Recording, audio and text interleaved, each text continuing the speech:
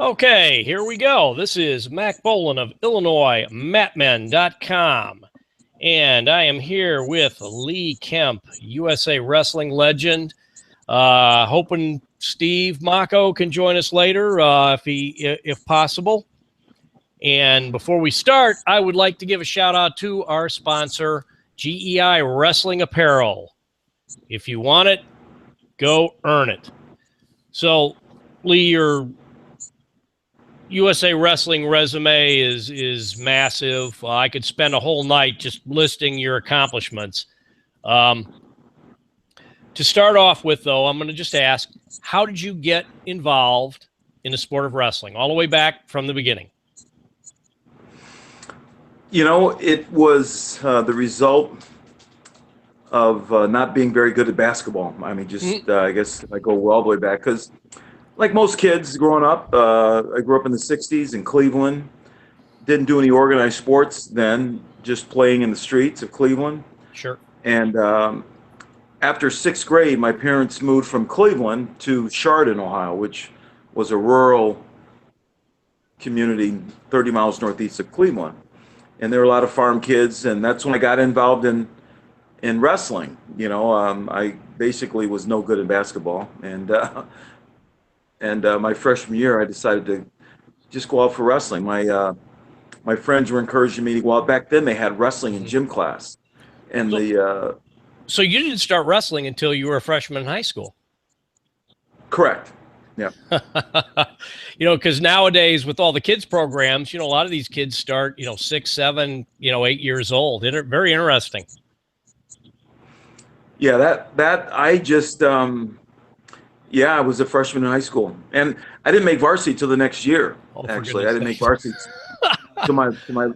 So I wrestled on the freshman team and just did that, that season, and that ended with a conference tournament, and then didn't do any summer wrestling. There wasn't very much summer wrestling back then. Sure. In fact, the Iowa Junior Nationals is what it was called then, before the Fargo. I think the very first one was in 1971, and that would have been my I guess my sophomore year in high school, or something, or freshman year in high school, or something like that. Mm-hmm. I think. Anyway, I wrestled in the third one my senior year in 1974.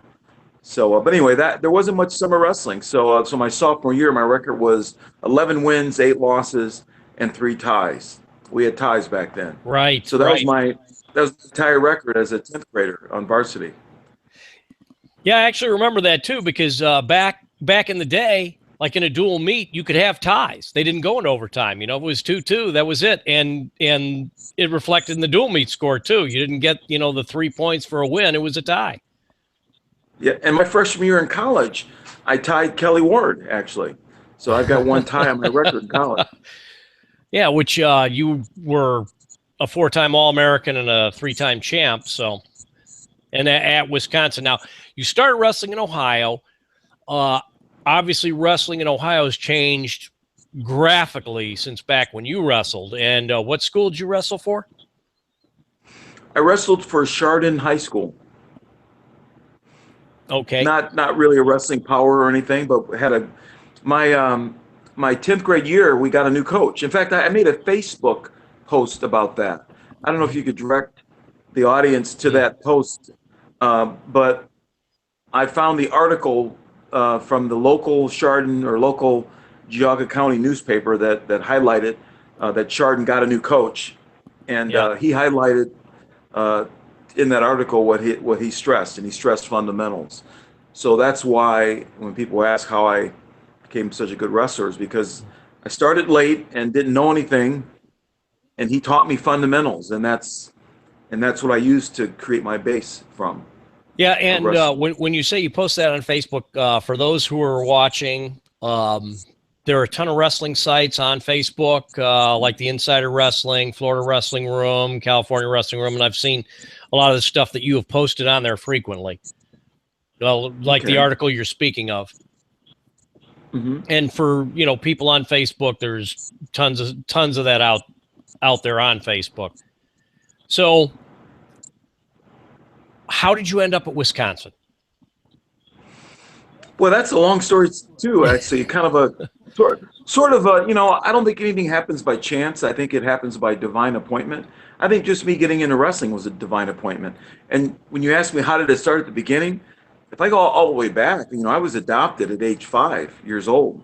I was born, Wow. my biological mom named me Darnell Freeman. Her name was Barbara Freeman. And she gave me up for adoption at birth, and I was in 2 foster homes and was adopted at age 5. So when you get to be 5 years old and you're not adopted yet, man, you could become kind of a permanent, ward of the state kind of a thing. Wow. But I was 5, and then uh, Leroy and Jesse Kemp adopted me. My parents changed my name to Leroy Percy Kemp Jr. Mhm. So, and then I think one of the real keys too was that adoption, of course, and then us moving to that farm, because that's where I learned how to work hard on that farm. I mean, it wasn't a working farm. My dad had a regular job, but he just enjoyed having the 25 acres of land. We had our own cows and pigs and chickens and gardens and lots of hard work. And that really was the key to me becoming, I think, successful. And then my coach, Rich Dick Deppenbrock, who came to Chardon High School in 1972, that would have been, I think. Okay. So then from Ohio, how did you end up in Wisconsin? Who recruited you? That was a little unusual too. A divine appointment again. Uh, I didn't even know where the state of Wisconsin was. I had no idea.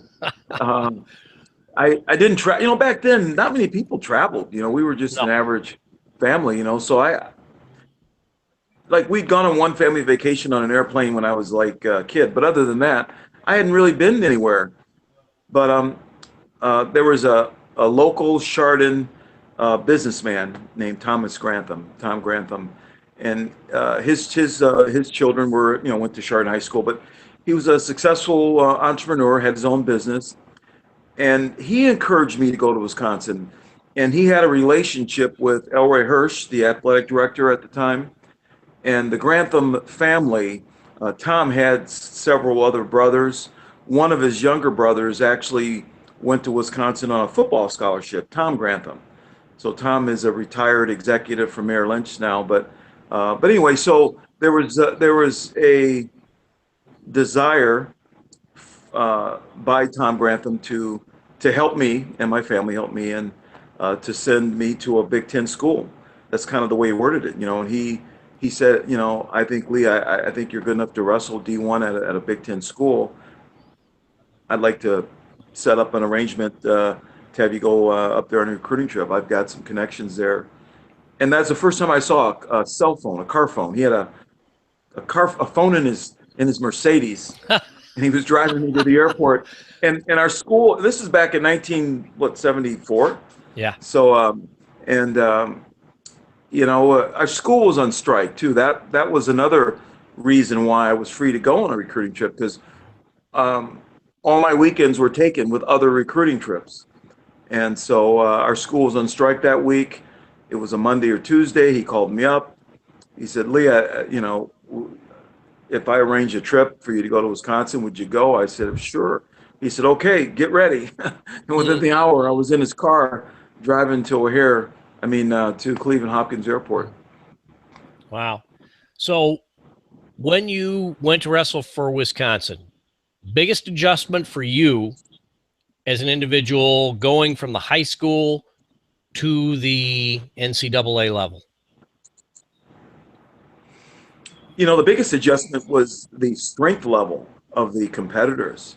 Chuck Yeagle in particular. I mean, he was actually Bob Holland. Bob Holland was the best guy at that weight class that year. Oh, I know Bob Holland. He's sliding. Yep. He, my freshman year, I lost to Bob Holland in the Midlands tournament, 8-5.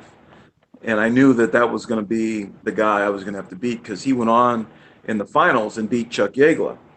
And a week earlier, 2 weeks earlier, I had beaten Chuck Yeagle in the finals of a preseason tournament, 3-1 in overtime.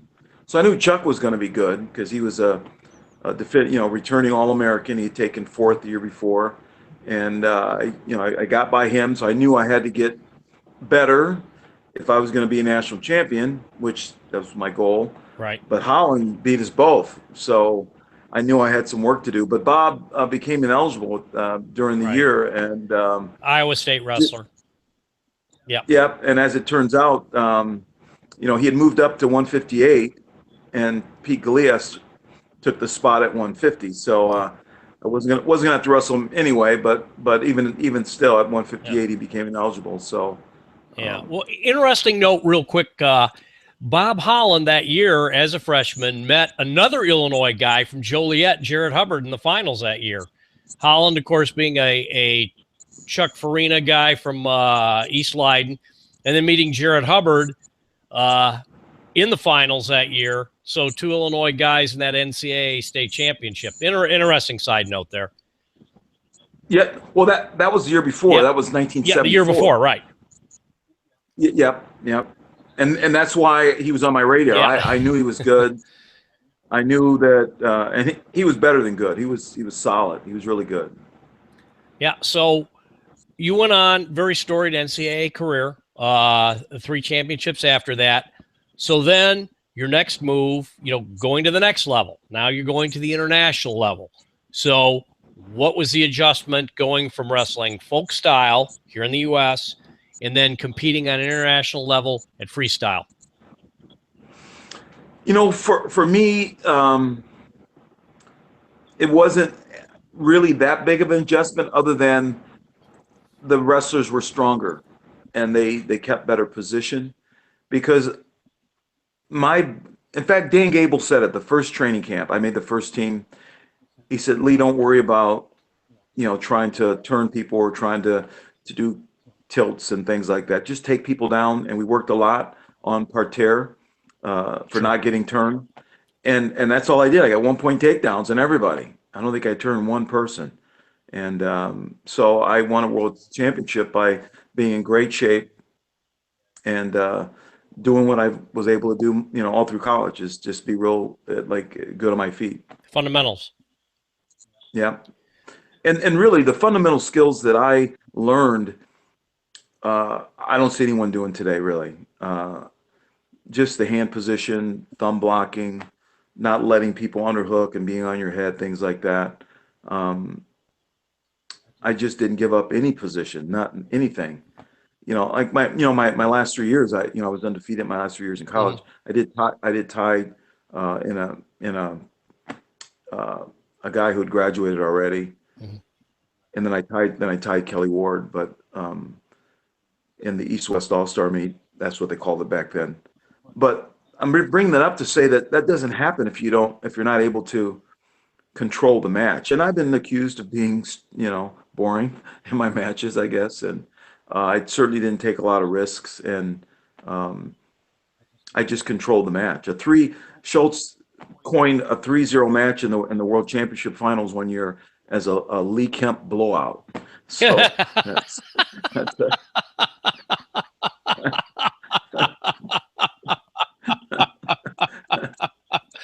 Oh. Okay, that was good. That was good. Oh, brother.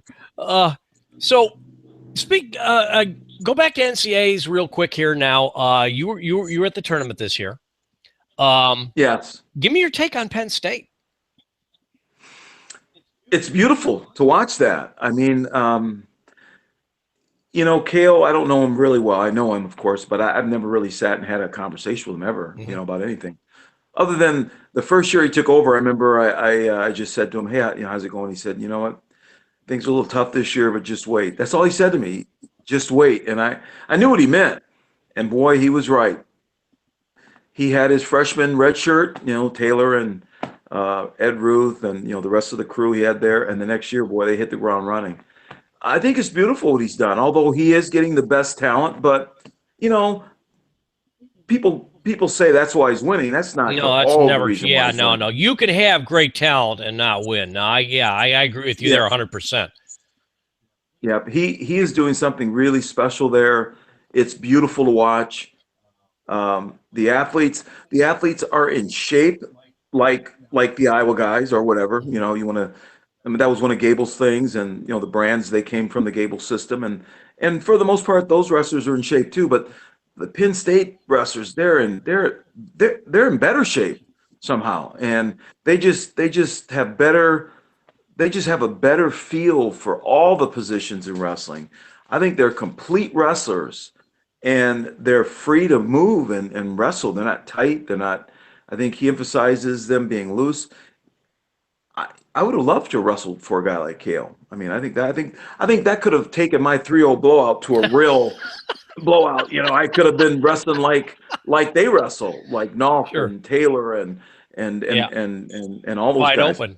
Yeah, I wasn't a Bo Nickel kind of wrestler. I don't think I ever would have been No, that Bo type of Nichols, wrestler. total funk, and to be honest, a lot of people like that, and Oh yeah. and actually one of the kids from my alma mater at Oak Park River Forest High School, Sammy Brooks, he's an underhook guy, and he wrestles open, and in the Big Ten championship, he's facing the former NCAA champ Miles Martin, and hits that foot sweep for a 6-point move, which nobody saw coming. Bam, and took Miles Martin totally out of the match with one move. Mm-hmm.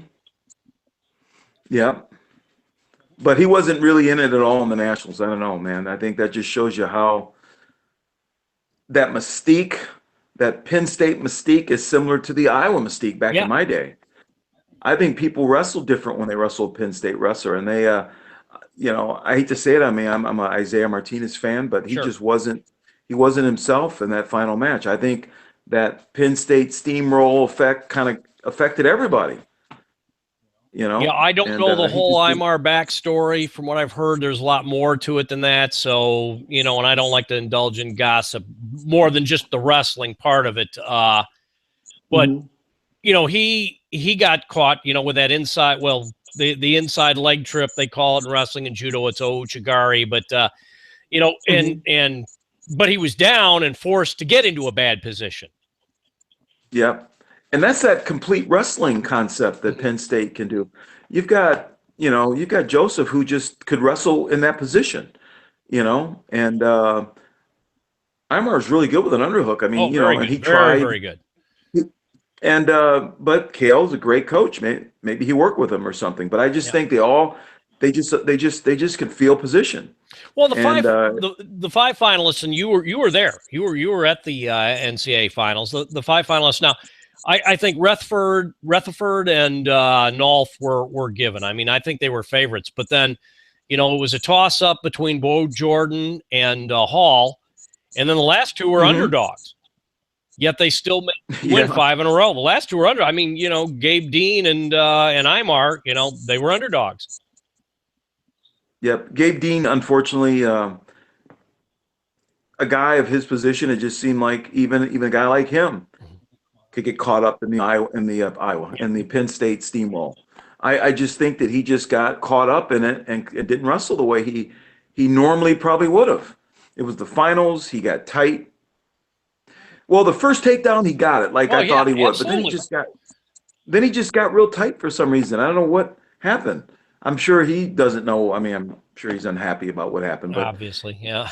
he just didn't wrestle after that for some reason. He thought that was enough to win it. I think. I don't know what happened. Yeah, it was interesting. But I'll say this, and I'm going to kind of segue into a next question here. Watching the NCAA championships for the last 2 years, and I say this as a guy, who watched Gable, who watched the '72 Olympics, who was a huge fan of freestyle wrestling back then. But I watched through the rule changes and the way the product is today with Greco-Roman and freestyle. And I think right now the NCAA is putting out a better product. I mean, I just, with the rule changes and everything that I've seen, and I enjoyed it more than watching the Olympics. There's a lot of action in college wrestling, which I think is good. If they can work on the out of bounds calls a little bit Sure. more, if they can correct that, then I think, man, we're good to go. And going into that now, I want to ask you about rule changes in freestyle, which have evolved through the year. Now, I thought the cumulative scoring was a good change versus the old win the period. Okay. Mm-hmm. The push out, yeah, I'm kind of half and half. I don't see like it the because push it out, actually. encourages it. What's that? I don't like the push out because it discourages technique. I And agree. just, I mean, who wants to watch a push out? I want to see a guy actually get a Yeah. takedown, you know? And even worse, and I absolutely positively hate the shot clock. I thought it put too much into the hands of the referees, and I thought it killed the last Olympics. Some of those matches that were officiating were horrendous. And I can't, I agree. forced parterre was one thing. Okay. You're called for passivity, and we're going to talk about that versus stalling here in a second. But, okay, you're called for passivity. You put the guy on the mat, but you have to score. On the other hand, with the shot clock, you're calling a guy for passivity, but you're putting the pressure on him, and the other guy can be passive and get the point. Yep, and he will be passive. Yeah, and it's senseless.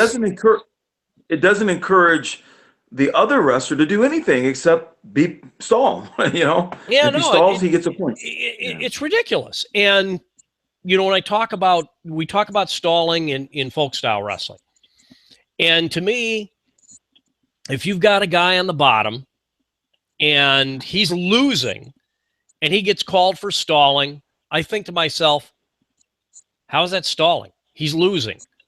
If he's not doing thing on the bottom, that's passivity. Versus a guy on top who's winning and really doesn't try anything and just hangs on a leg or runs the guy out of bounds continually. Okay, that's stalling. And in the Olympics or, in international style, when they call passivity, it's for non-engagement, a guy blocking, there's a lot of ways. And that goes for freestyle, Greco-Roman, judo. They all have the same call in those sports, and that differs from stalling. Now, in college wrestling, if you're on the bottom and you have riding time, again, why call anybody for stalling if they're on the bottom and they're getting ridden because they're giving a point up? They're basically they're getting beat. So it's not really stalling at that point. Versus an off, especially if you've got a guy like Rutherford who's so much better than everybody else. Yeah. Absolutely annihilating you, and you're getting beat up, and they warn you for stalling, which is absurd. It's absurd. It's absurd. It's absurd. This guy is trying just to survive the period, and he's not stalling. He's just fighting for his life out there. Right.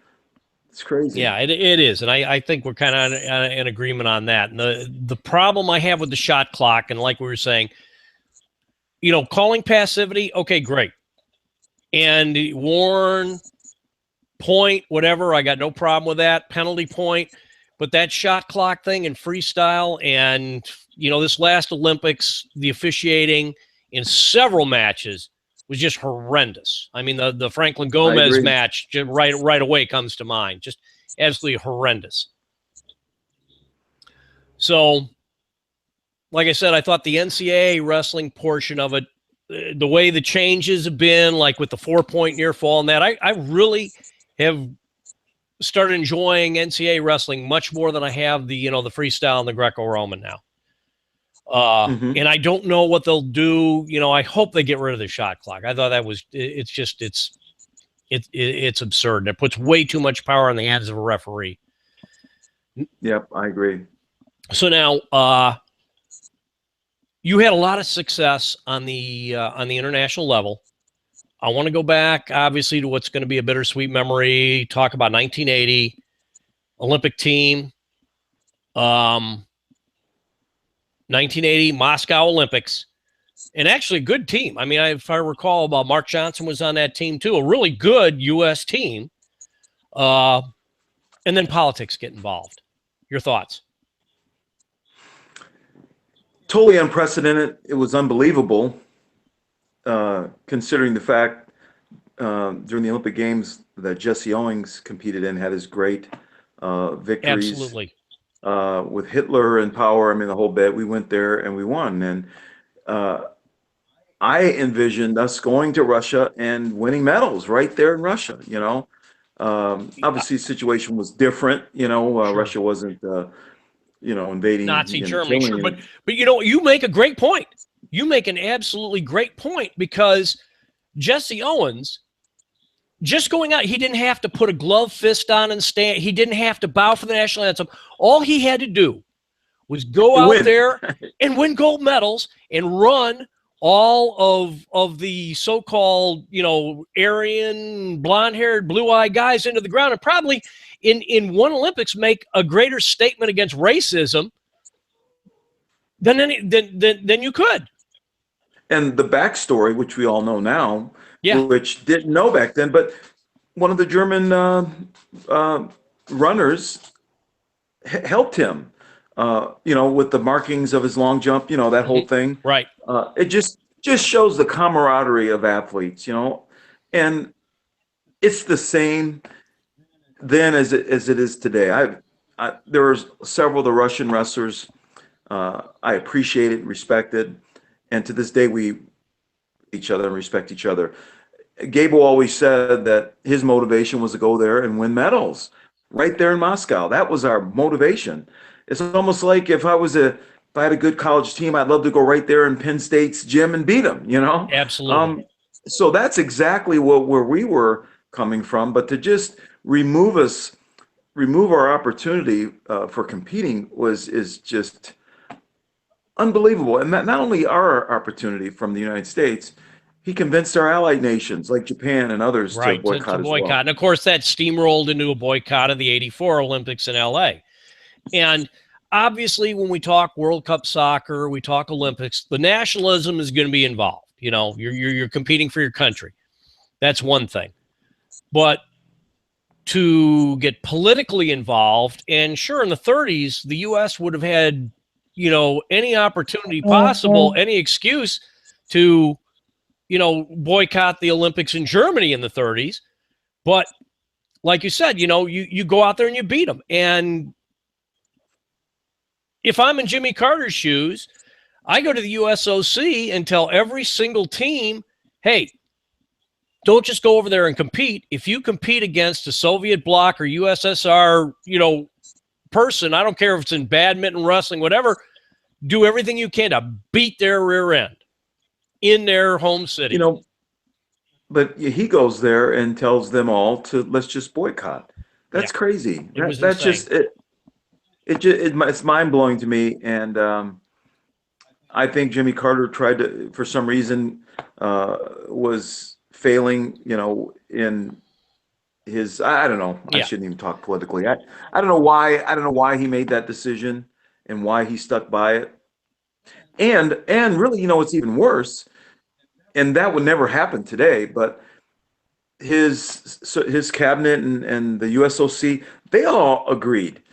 So it was a different day and time than when our people and the people within the governmental system, they didn't go against the president. Yeah. Now, if the president made a decision that people don't like, everybody would Oh, go they against him. raise hell. Yeah. Even the vice president would say, "Look, I'm not with you with this one." But as I read the archives, the cabinet, the USOC, I mean, they took votes supporting Jimmy Carter's, recommendation to boycott. They could have not win an agreement, but back then we were different. Yeah. We were a different nation back then. We wouldn't go against the president. I wish Reagan would have won. Yeah. I keep thinking, that would have been Reagan. Was it Reagan or was it No, Ford? Gerald Ford. Ford. It was Ford. Yeah. Reagan did win Yeah. later, and then Carter was a one-term president. I think that's one of the decisions, quite frankly, I think that cost him. That was, the mentality of when you have a goal like that. Absolutely. It's not like something you could postpone and do it 4 years later. Like the wrestlers today that wrestle in multiple Olympics, which it's very rare even, I mean, Sure.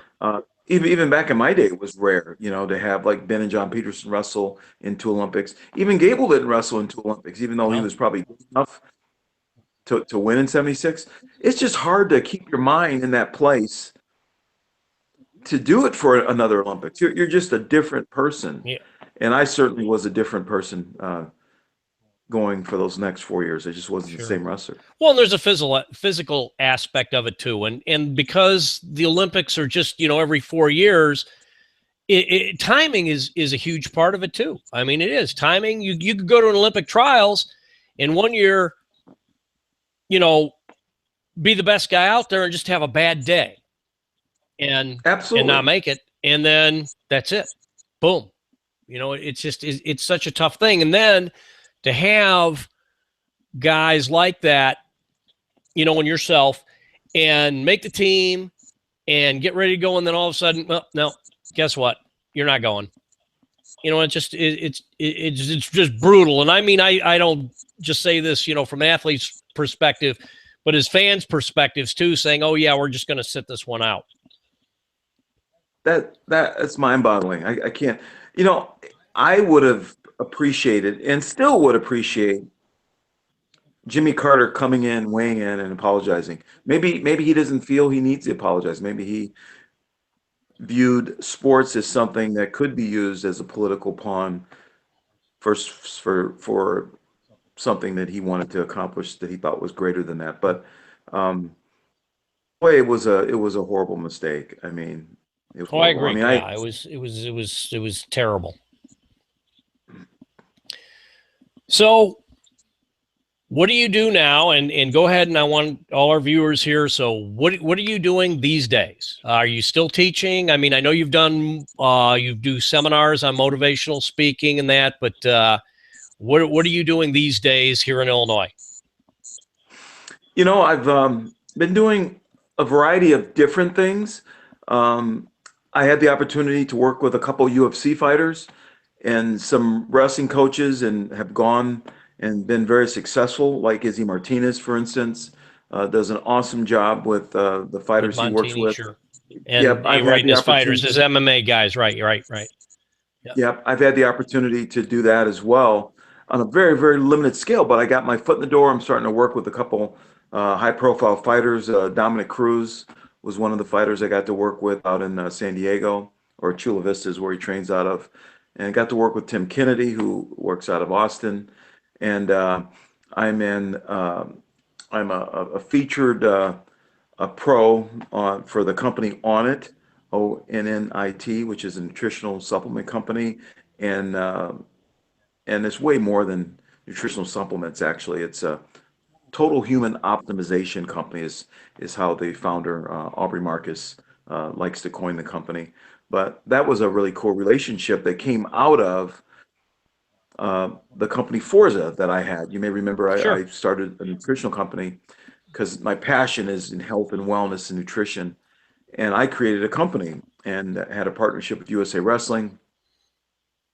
It's a really tough industry to crack into, sure, and as a result, I wasn't able to sustain it.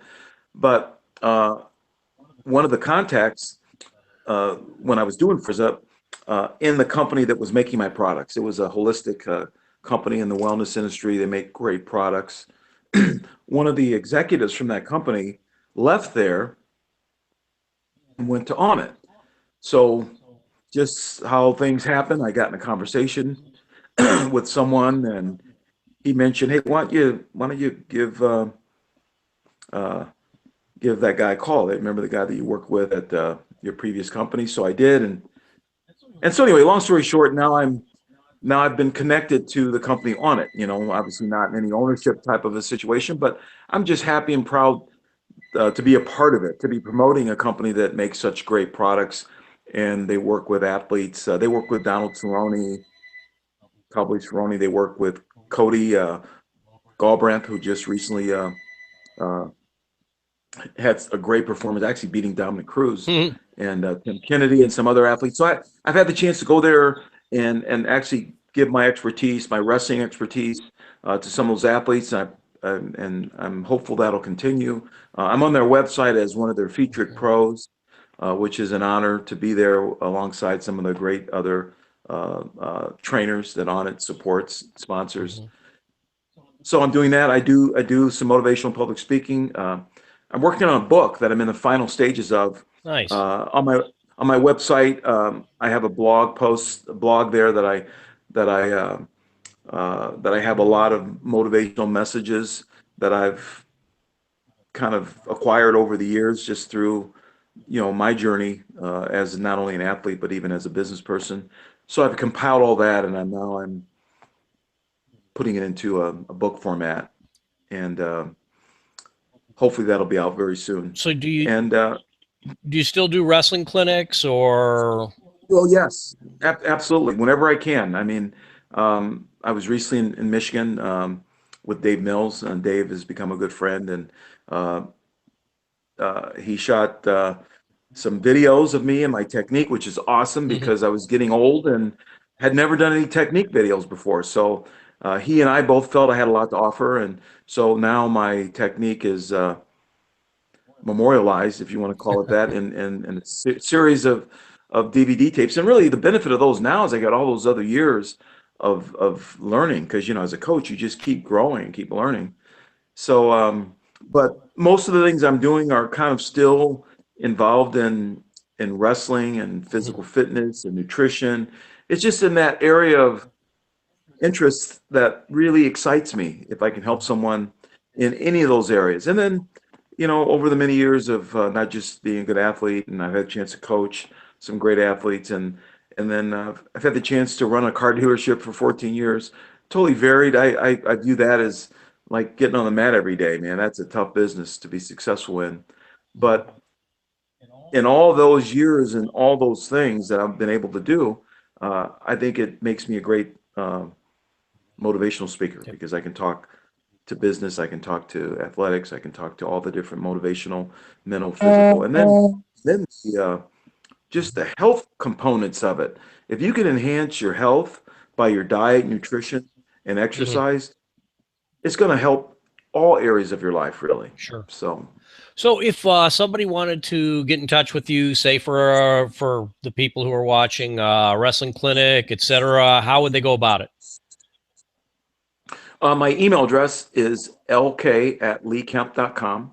Just my first initials and my first last name, lk@leekemp.com. Or they could go to my website, leekemp.com. All right. Well, Lee, thank you very much for being on tonight. It's unfortunate Steve wasn't able to catch up with us, but been great talking to you, and appreciate you coming on tonight. And I'm going to say again to everybody, hope you enjoyed this. Very insightful. We had a lot of good stuff to talk about. Lee, thank you so much for being on. And I'm going to go ahead and Thank, say good night. thank you so much for having me. It's been fun. All right.